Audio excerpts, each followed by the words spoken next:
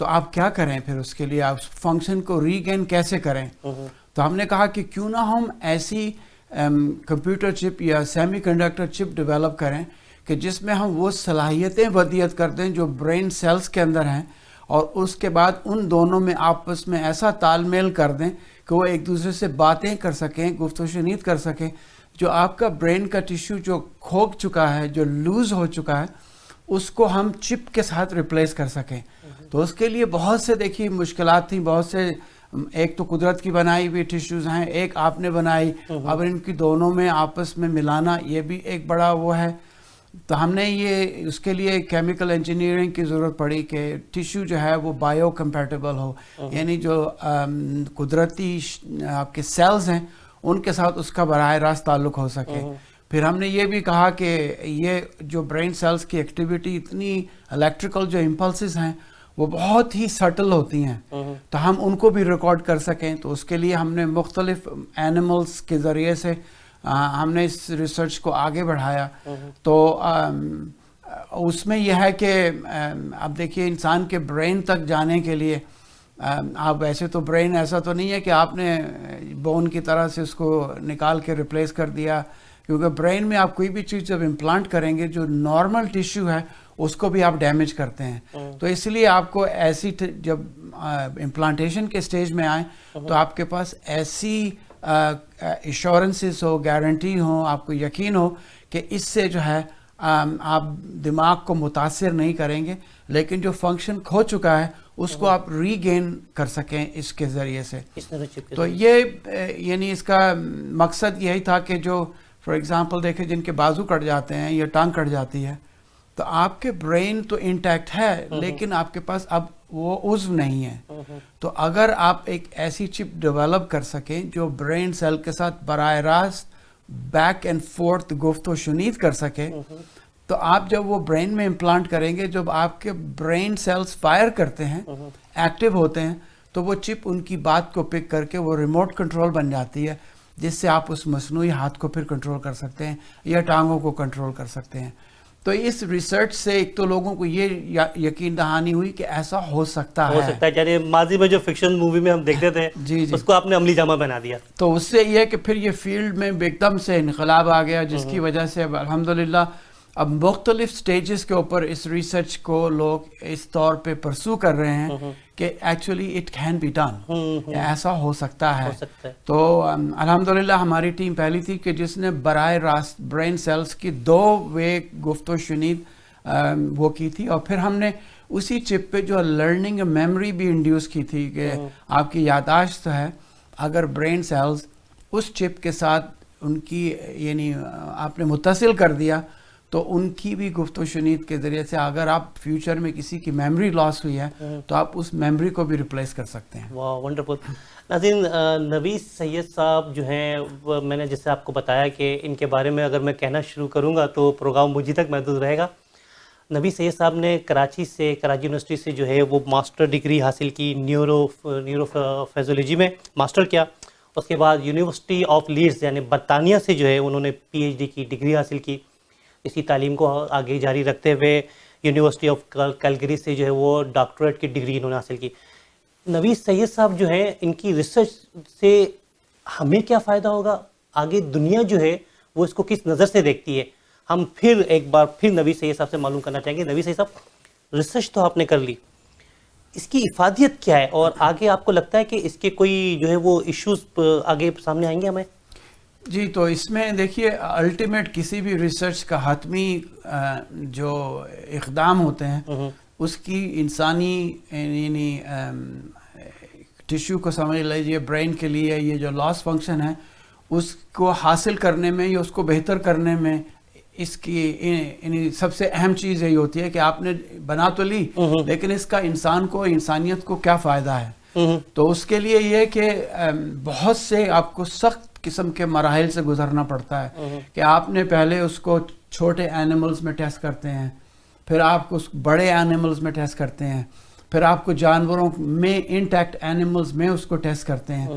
تو جب آپ ان تمام مراحل سے گزرتے ہیں یعنی مراحل سے گزرنے کے بعد پھر آپ کو FDA کی پرمیشن لینی پڑتی ہے کہ یہ آپ اب انسانوں میں امپلانٹ کر سکتے ہیں. تو اس میں بھی پھر ڈائگنوسٹک پرپز سے. تو ابھی ہمیں الحمدللہ پرمیشن ملی ہے کہ ہم اس کو جو آپ کی ایپیلیپسی ہے یا جس کو آپ فٹس کہتے ہیں, یہ مرگی کے جن کو دورے پڑتے ہیں, تو ان کے ساتھ یہ ہوتا ہے کہ یہ بچے اگر کسی دوا سے رسپونڈ نہیں کرتے تو سرجن کے لیے یہ ضروری ہو جاتا ہے کہ وہ دماغ کے حصے جہاں سے سیجرز ڈیولپ ہو رہے ہیں اس کو جا کے سرجیکلی ریموو کر دیں. لیکن اس میں پرابلم یہ ہے کہ یہ ایک قسم کا الیکٹریکل سٹورم ہے, یہ طوفان ہے, آپ کو پتہ نہیں کہ بجلی کہاں چمک رہی ہے. تو پھر سرجن جو ہے وہ کیا کرتے ہیں کہ برین کے اوپر چھوٹے سے الیکٹروڈس لگا دیتے ہیں. اس پہ یہ کہ پھر وہ بچہ ایک 30 فٹ کے کیبل سے ہسپتال میں 1 ہفتہ رہتا ہے, تو وہ اس سے یہ دریافت کرنے کی کوشش کرتے ہیں کہ سیجرز کہاں سے آ رہے ہیں, لیکن وہ بھی گیس ورک ہوتا ہے. تو ہم نے کہا کہ ہم کیوں نہ ایسی ڈائگنوسٹک یہ چپ ڈیولپ کریں جو عام مارکیٹ میں اویلیبل ڈیوائسز سے 2 سے 300% مور سینسٹیو ہو. ہم اس کو MR کمپیٹیبل بھی بنا دیں اور اس کو وائرلیس کر دیں. تو اب ہم نے جو چپ ڈیولپ کی ہے وہ امپلانٹیشن ریڈی ہے. تو اس میں یہ کہ بچہ گھر چلا جاتا ہے اور جب بھی اس کو سیجرز اگر ہوں گے تو کیونکہ ہم نے اس سیجرز کی چپ امپلانٹ کرنے کے بعد ان کے برین کا سکین بھی کیا ہوا ہے, تو جب وہ سیجر ان کو ہوتا ہے تو وہ پوری کی پوری 3D امیج جو ہے ریکنسٹرکٹ ہو جاتی ہے برین کی, اور وہ سرجن کو بتا دیتی ہے ایگزیکٹلی کہ 30 میں سے 28 سیجرز اس جگہ سے آئے ہیں اور یہ جگہ تم نے جا کے ریموو کرنی ہے. تو وہ سرجیکل ریموول کے لیے پھر وہ اس میں کافی فائدے ہو جاتے ہیں. ہمارا نیکسٹ سٹیج یہی ہے کہ ہم اسی چپ کو صرف ڈائگنوسٹک کی بجائے انٹرونشنل بھی بنا دیں.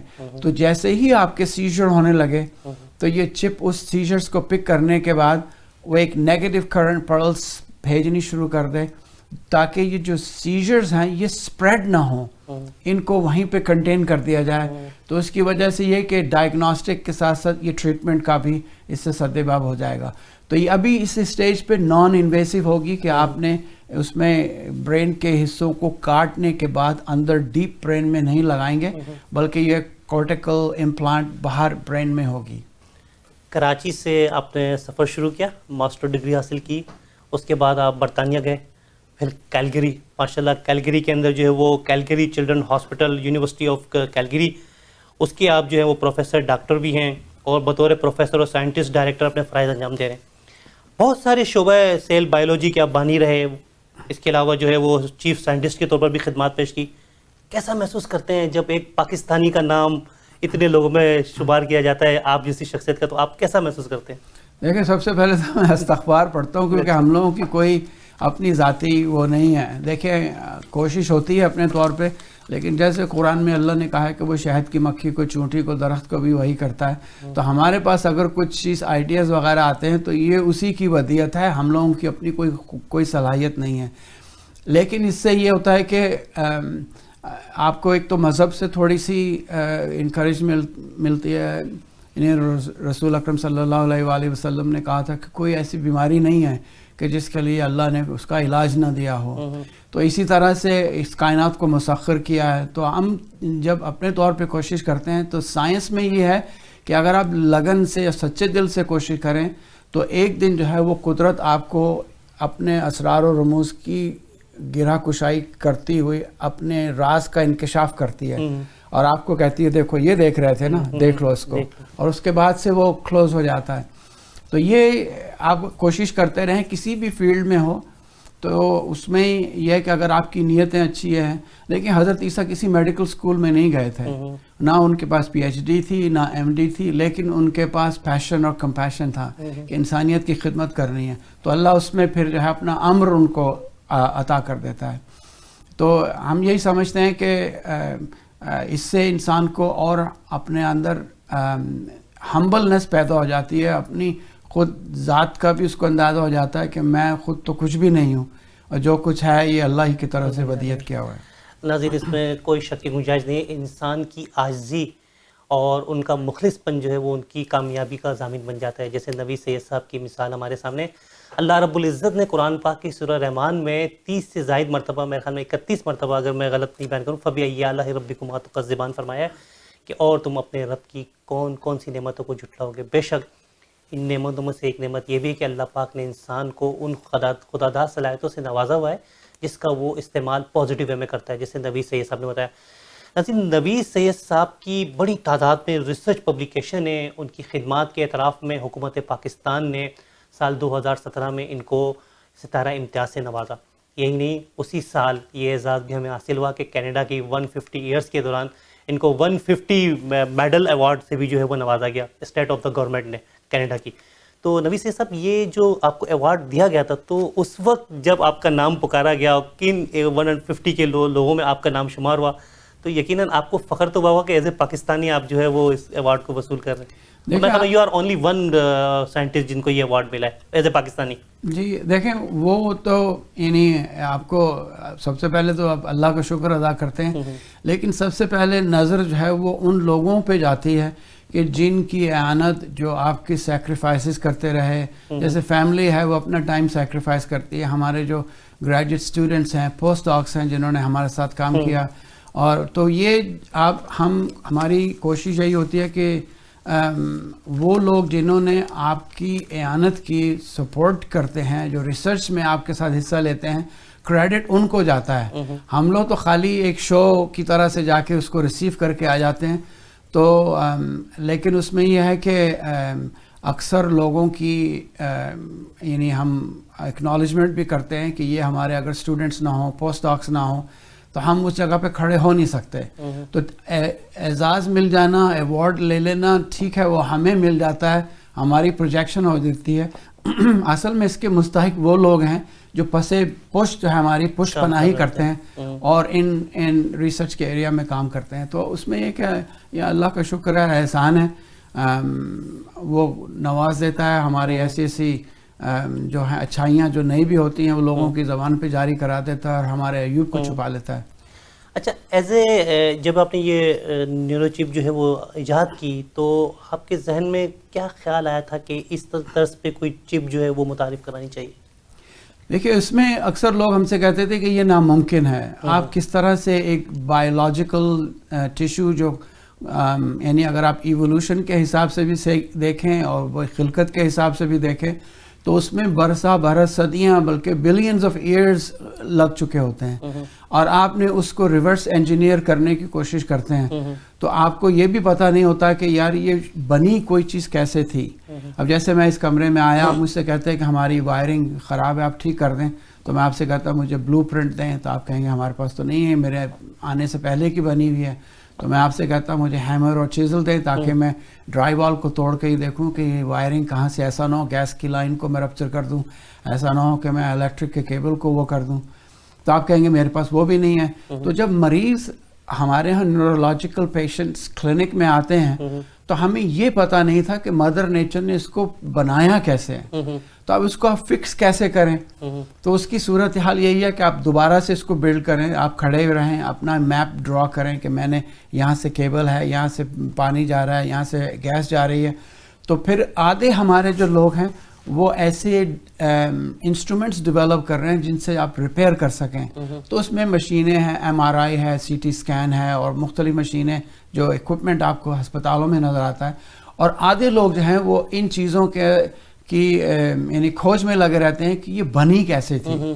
تو ہم لوگ جب اس طرح سے کوشش کرتے ہیں تو بہت سے آپ کو راز آپ کے سامنے فاش ہونے لگتے ہیں کہ جن کی وجہ سے آپ کے پھر سمجھ میں آنے لگتا ہے. کیونکہ عقل تو اللہ نے دی ہے. دیکھیے، جو اگر ہم اپنی خواہشوں کو بروئے کار لائیں تو ہم میں اور جانور میں کوئی فرق نہیں ہے، لیکن آپ اگر اپنی عقل کو استعمال کریں تو پھر آپ فرشتوں سے بھی افضل ہو جاتے ہیں.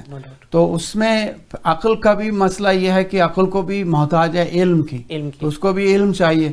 تو میں نے اگر یہاں سے کسی شخص کے اوپر کو پتھر پھینکنا ہے تو میں اپنے علم کا سہارا لوں گا کہ یار اتنی دور ہے، میں اس کو کیسے پھینکوں. تو علم مجھے کہے گا کہ منجنیق بنا دو یا سلنگ شاٹ بنا دو، جیسے میزائل ہیں، لوگ علم ہی کی بنیاد پہ تو بنائے. لیکن جب آپ کا علم بے قابو ہو جاتا ہے تو اس کے لیے آپ کو پھر نفس کو کنٹرول کرنے کی، نفس چاہیے کہ جو علم کو بھی آپ کو کنٹرول کرے.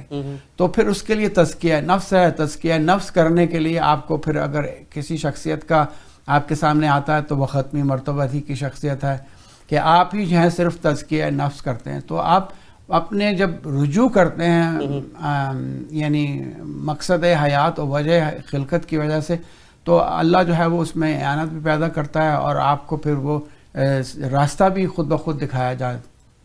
ناظرین, ہماری گفتگو کا سلسلہ نوید سید صاحب کے ساتھ جاری رہے گا. لیتے ہیں ایک چھوٹا سا بریک, جائے گا کہیں مت, دیکھتے رہیں فیس ٹو فیس محبوب شیخ.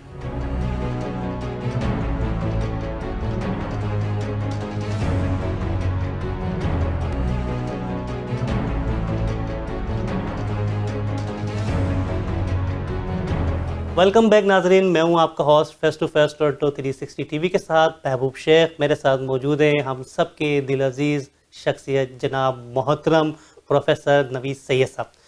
نوید سید صاحب نے جس طرح آپ کے ساتھ بہت ساری چیزیں شیئر کی, اس میں بھی کوئی شک کی گنجائش نہیں ہے کہ جہاں امراض کی تشخیص میں نئے افق منظر عام پر آ رہے ہیں, وہاں بہت ساری نئی راہیں بھی کھل جائیں گی نوید سید صاحب اس کی نیورو چپ کے بعد.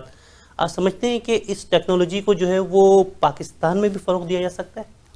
دیکھتے پاکستان میں کیا دنیا بھر میں, کیونکہ ٹیکنالوجی یہاں سے ڈیولپ ہونے کے بعد پاکستان میں بھی آ جاتی ہے, اور اسی طرح سے پاکستان میں بھی بہت سے لوگ یعنی آپ کو پتہ ہے کہ ذہنی امراض کے علاوہ بھی پاکستان میں تو کوئی ٹریٹمنٹ اتنی ہے بھی نہیں ری ہیب کے حساب سے بھی. تو کوشش یہی ہوگی کہ جیسے ہی یہ ٹیکنالوجی یہاں بھی ڈیولپ ہو تو یہ پاکستان اور دوسرے تمام ممالک میں, کیونکہ یہ at the end of the day یہ انسانیت ہی کے لیے ہے. لیکن دیکھیے اس کی صرف پہنچ جو ہے اس ٹیکنالوجی کی اپروچ وہ صرف انسانی صحت سے ہی یعنی اب یہ سمجھ لیجئے کہ اس کا وہاں تک ٹھہراؤ نہیں ہے.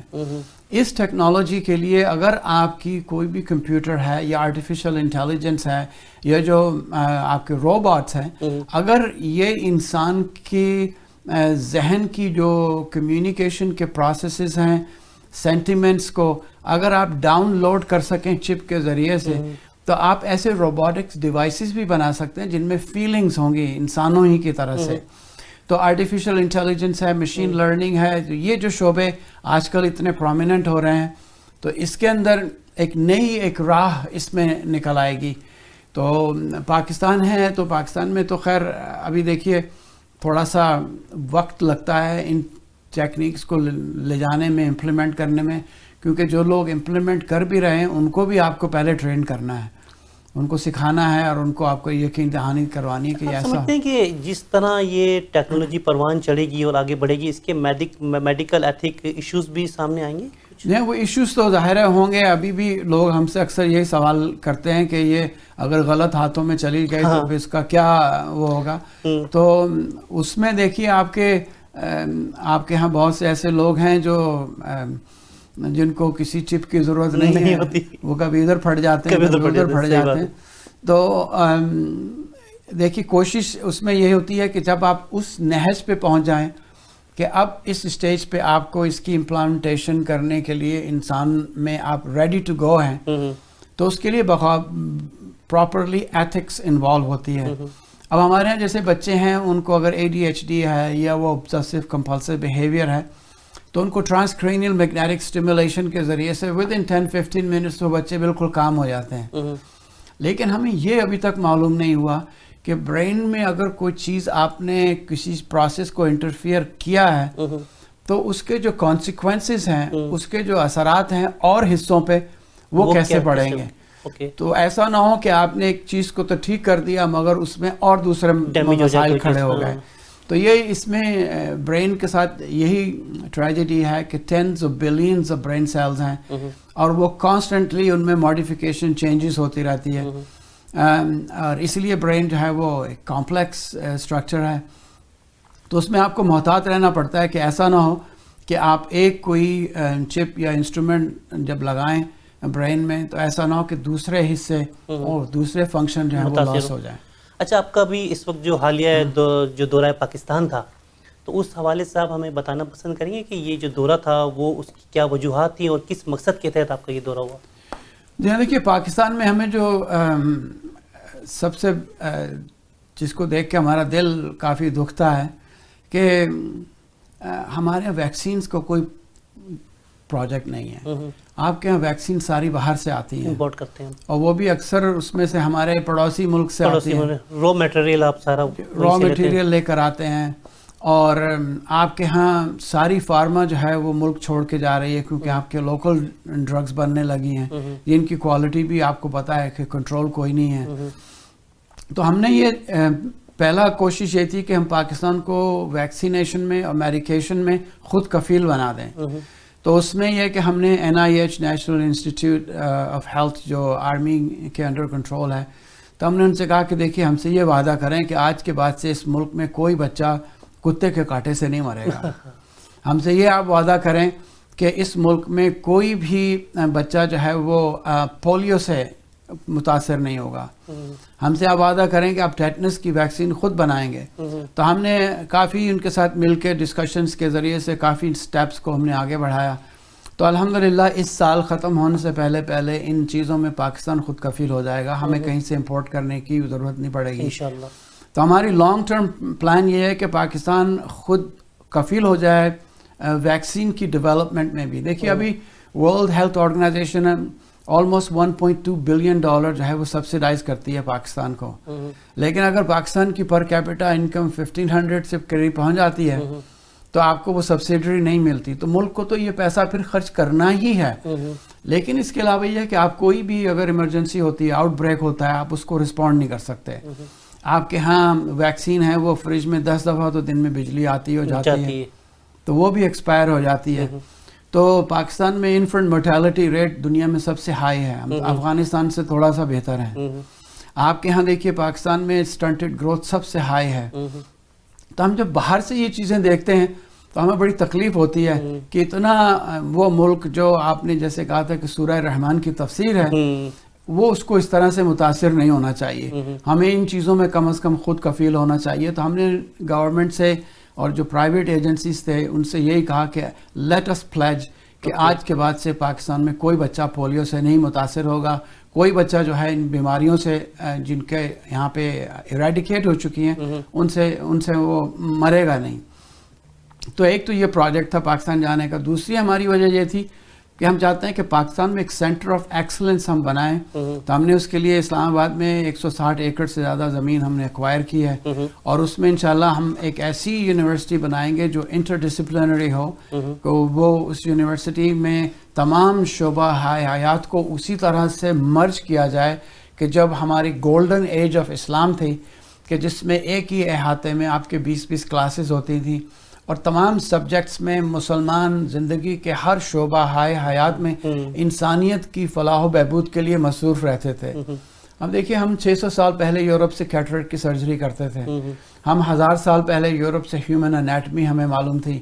آپ ایریگیشن, اسٹرانومی, فزکس, ان سب شعبہ حیات میں, کیونکہ اس وقت امت مسلمہ نے یہ ڈیسائیڈ کر لیا تھا کہ ہم نے صحیح مسلمان, اگر آپ قرآن میں دیکھیں کہیں مسلمان کی تعریف ہے تو وہ ایک ہی جگہ ہے کہ سروس ٹو ہیومینٹی, کہ آپ ہیومینٹی کو سرو کریں.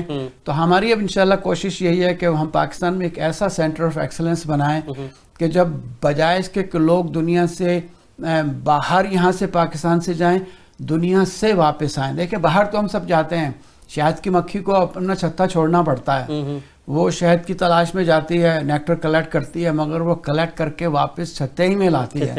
تو ہماری کوشش ہوگی کہ جتنا بھی پاکستان کا ٹیلنٹ جو ملک سے باہر گیا ہے ان کو ہم واپس پاکستان میں لائیں, اور ایک ایسا سینٹر آف ایکسلنس بنائیں کہ جس کے اندر زندگی کے جو ایڈوانسڈ ماڈرن لیٹسٹ ٹیکنالوجیز ہیں اس سے ہم اپنے بچوں کو بھی ایجوکیٹ کریں. اور پھر یہ کہ ٹیکنالوجی ڈیولپمنٹ ہوگی تو پھر آپ انوویشن کریں گے, انوویشن ہوگی تو اس کو آپ کمرشلائز کریں گے.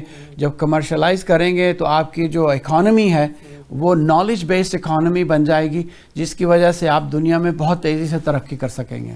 جیسے کہ ڈاکٹر صاحب نے فرمایا کہ ہمارا مقصد زندگی کا لوگوں کی جو ہے وہ خدمت کرنا ہونا چاہیے, ہیومینٹی کی. تو ابو بن ادم کا ایک کوڈ ہے جو میں آپ کے ساتھ شیئر کرنا چاہوں گا کہ the service of man is the service of the God, جو میرے خیال میں ہم نے ماضی میں اسکول کے اندر پڑھا تھا. یہ ڈاکٹر صاحب پاکستان ہماری ماں ہے, اور بقول آپ کے آپ اکثر کہتے ہیں کہ ہم اپنی ماں کو چاہے وہ ڈائپر میں بھی ہو تو ہم اس کو نہیں چھوڑ سکتے. پاکستان میں جو ہے وہ ریسرچ کلچر کو کس طرح فروغ دیا جا سکتا ہے؟ دیکھیے پاکستان میں ماشاءاللہ ٹیلنٹ بے انتہا ہے. آپ کی دیکھیے 50% آپ کی پاپولیشن انڈر 25 ہے, اور میں نے جتنا ٹیلنٹ پاکستان میں اور پاکستان کے نوجوانوں میں دیکھا, میں نے دنیا میں بہت کم جگہ دیکھا ہے. یہ ٹیلنٹڈ بھی ہیں, ان کو صرف ریسورسز کی اور گائیڈنس کی ضرورت ہے. دیکھیں ہم جو ہے وہ دنیا کی سنو فلیکس جو ہے وہ نازک ترین چیز ہوتی ہے, اسے اکٹھا کرتے ہیں تو یہ ایولانچ بن جاتی ہے. تو اگر پاکستان میں ایک ایسا سینٹر آف ایکسلنس بن جائے کہ جس کو لوگ ایک مثال بنا سکیں, تو اس سے یہ ہے کہ خربوزے کو دیکھ کے خربوزہ رنگ پکڑتا ہے. تو لوگوں میں ایک شعور آ جاتا ہے کہ تعلیم وہ ذریعہ معاش نہیں ہے. تعلیم کا مقصد ہے انسانیت کی خدمت کریں, آپ انوویشن کریں. لیکن انفارچونیٹلی ہم نے تعلیم کو جو ہے وہ ذریعہ معاش بنا دیا. اور اکثر لوگ کہتے ہیں کہ میاں اگر یہ ڈگری نہ ہو تو بیوی بھی عزت نہیں کرتی. تو اس کے لیے یہ کہ تھوڑا سا جب مائنڈ سیٹ آپ کا قوم کا چینج ہوگا تو میں سمجھتا ہوں کہ پاکستان میں بہت ہی پوٹینشیل ہے. اور اکثر میں لوگوں سے یہی کہتا ہوں کہ ہو کے مایوس نہ آنگن سے اکھاڑو پودے, دھوپ برسی ہے تو بارش بھی یہیں پر ہوگی. کیا بات ہے. ناظرین اس میں تو کوئی شک کی گنجائش نہیں کہ اگر آپ ماضی میں نظر دوڑائیں تو سائنس کی ترقی کی بنیادی جو ہے وہ مسلم سائنٹسٹ نے رکھی ہے. اگر ہم نظر دوڑائیں تو یہ بات بھی کسی سے پوشیدہ نہیں ہے کہ ابو بن ادم سمیت جو ہے وہ ابو علی سینا, ابن سینا جن کا نام ہے, میڈیسن تیار کرنے کا کریڈٹ انہی کو جاتا ہے, انہی کے صحرا ہے. اسی طرح جابر بن حیان, ان کا نام بھی کسی تعارف کے محتاج نہیں ہے, بابا کیمیا کہلاتے تھے.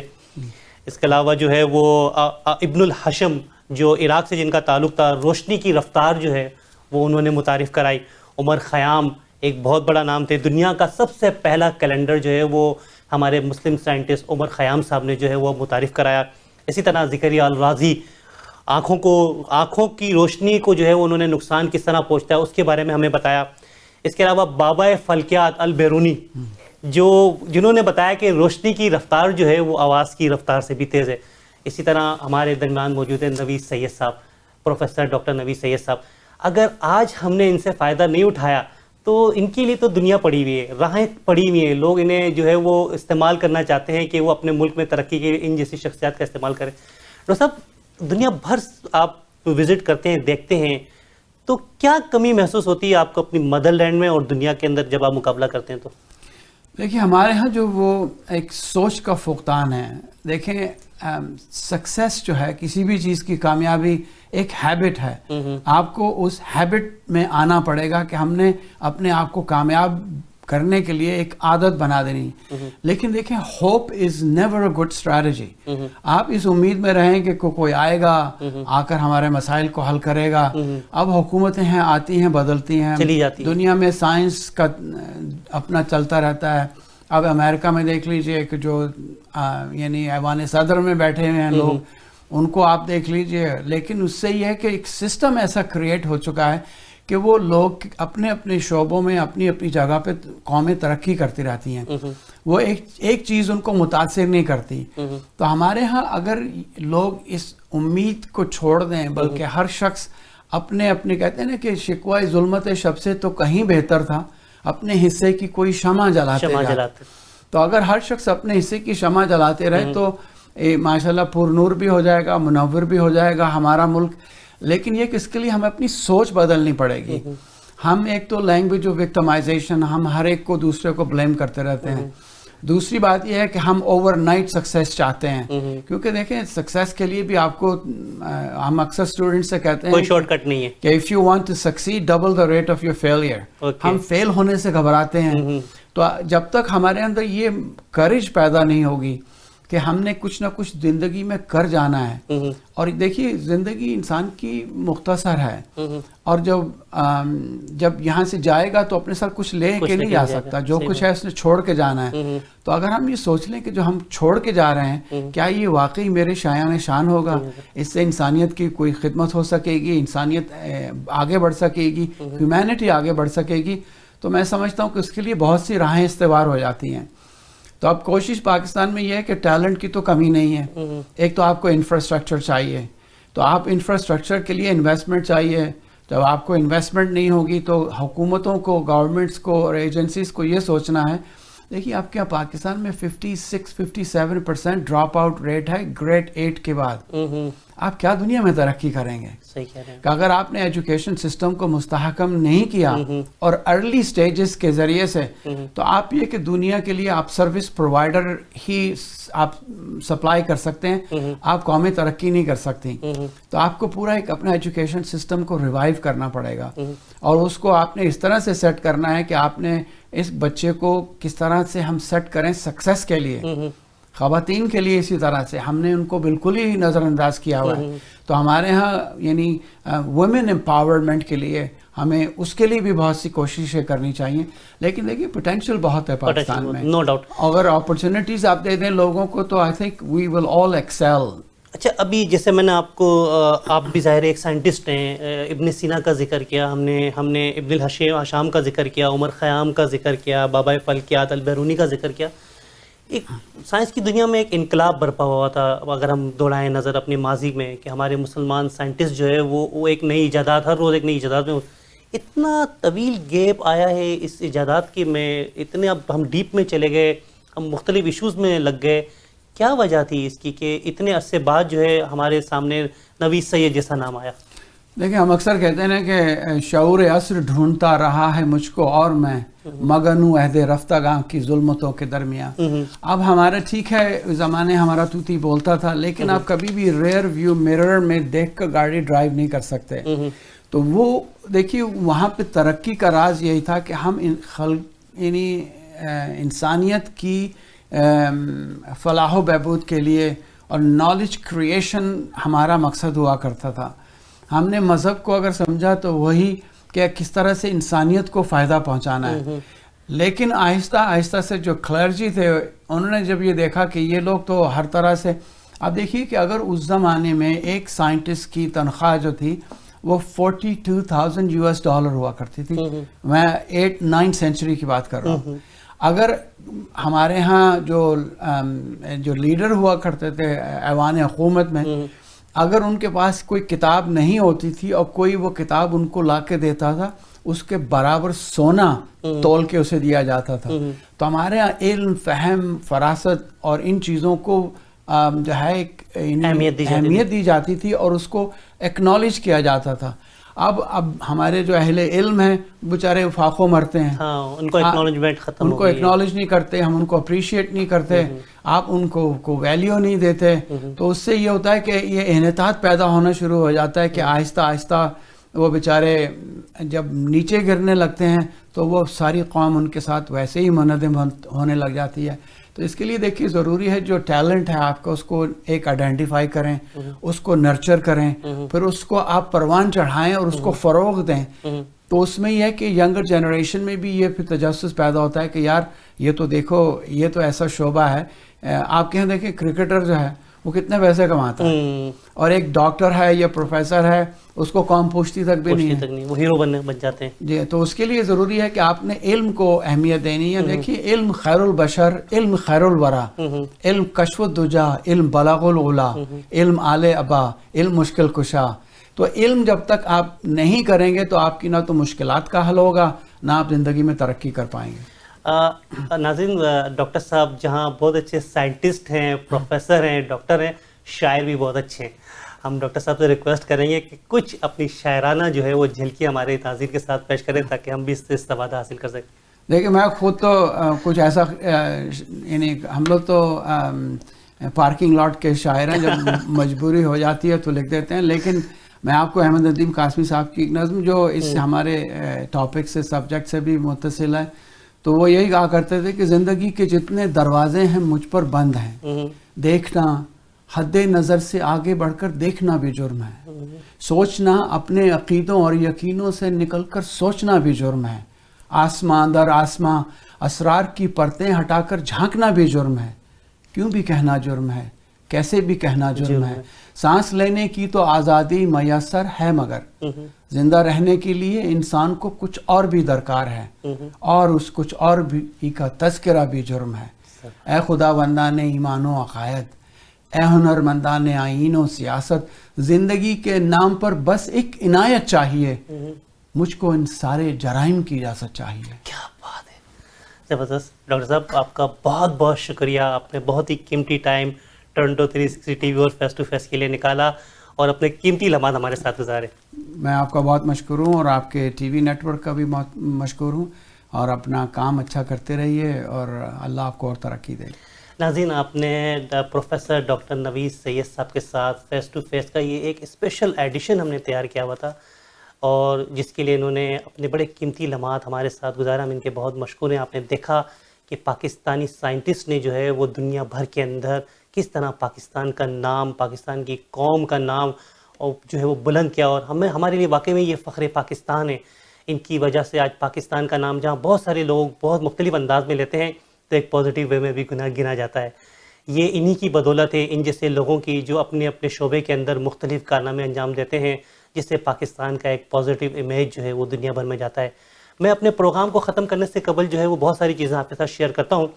جیسے ڈاکٹر صاحب نے بتایا کہ انہوں نے کس طرح ایک سفر کراچی یونیورسٹی سے شروع کیا، اس کے بعد برطانیہ گئے، لیڈ سے انہوں نے جو ہے وہ ڈگری ڈاکٹریٹ کی حاصل کی، اس کے بعد البرٹا آئے، البرٹا کے بعد انہوں نے جو ہے وہ کس طرح آہستہ آہستہ اپنی جگہ بنائی، اور آج الحمدللہ کینیڈا اور Pakistan as a Pakistani origin جو ہے وہ دنیا ان کو جانتی ہے. لوگ ان سے استفادہ حاصل کرنا چاہتے ہیں، بہت سارے بچوں کو یہ تعلیم دیتے ہیں. لوگ سمر ویکیشن کے اندر اپنے بچوں کو چاہتے ہیں کہ ان کے ساتھ بیٹھ کے جو ہے وہ کچھ سیکھے. اور اگر ہم ان جیسے لوگوں سے آج بھی اگر فائدہ نہ اٹھا سکے تو یہ ہماری بدقسمتی ہوگی، یہ ہمارے ملک کی بدقسمتی ہوگی. ہمیں چاہیے، ہماری نئی گورنمنٹ کو چاہیے، حکومت پاکستان کو چاہیے کہ علم پر مبنی معیشت کی بنیاد رکھے. اگر انہوں نے ابھی بھی یہ بنیاد نہ رکھی تو پاکستان بھی ترقی نہیں کر سکتا. میں مولا علی کا ایک کال ہے سید صاحب، میں نوید سید صاحب کے ساتھ شیئر کرنا چاہوں گا اور آپ کے ساتھ کہ زندگی جینے کے دو ہی راستے ہیں، زندگی جینے کے دو ہی راستے ہیں. بھول جاؤ انہیں جس کو معاف نہیں کر سکتے، بھول جاؤ انہیں جسے معاف نہیں کر سکتے، اور معاف کر دو انہیں جن کو بھول نہیں سکتے.